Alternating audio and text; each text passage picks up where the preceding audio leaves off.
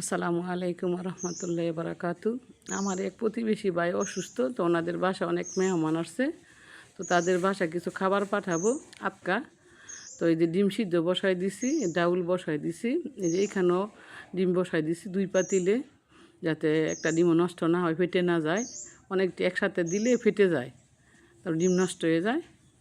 আর ডাউল বসাই দিছি, ডিমটি চকচকা করে পরিষ্কার করছে দেখেন। এখন কড়াই বসাই দিছি, কড়াইতে বলছি বেশি করে তেল দিয়ে দেওয়ার জন্য, আমরা তেল দিয়ে দিছে। তো এইখানে আবার এই পেস্টটি দেওয়া হয়েছে আলু ভাজি, আলু সিদ্ধ করছি যে এই আলু সিদ্ধ ভাজির ভর্তা দেওয়ার জন্য। পেস্ট ভাজি করে দিলে ভর্তাটা নষ্ট হয় না, আর খেতে অনেক টেস্ট হয়। তার জন্য আমরা সবসময় আলু ভর্তা করলে ভেজে দিই। আর দেখেন এই যে ডাউল বাগার দিয়ে দিচ্ছি, হয়ে গেছে। আর এই যে ধনিয়া পাতা দিয়ে দিতেছি, দিয়ে দিলাম ধনিয়া পাতা। আর এইখানে ওই যে ডিম বসাই দিব, এর যে পেঁয়াজ বাটা দিয়ে দিচ্ছি, আর এই যে রসুন বাটা, এইখানে যে হলুদ বাটা দিছি, আর আদা রসুন জিরা এইখানে একসাথে দিয়ে দিলাম, সব দিয়ে ভালো করে কষায় নিব। লবণ দিয়ে দিলাম, যে কষায়া এই যে ডিমটা দিয়ে দিলাম। দেন কালারটা কত সুন্দর হয়েছে।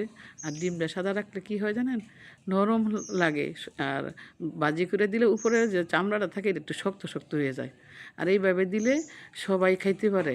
আর দেন এই যে ওনারা যে এই অবস্থা করতেছে চেয়ারম্যানরা, বলছি যে আজকে তোমাদের জন্য কোনো আয়োজন নাই, আজকে কোনো মুরগি রান্না করি নাই, যে মুরগি রান্না করলে তাদেরকে দেই, তার জন্য তারা এরকম করে দাঁড়ায় রয়েছে, সরে না। আর এই দুইটা দেখছেন, এটা আমার ছোটো ভাইয়ের মেয়ে, এই দুইটা দেখেন কি কালারটা কি সুন্দর হয়েছে। যে ডাউল ডিম তো দেখছেন,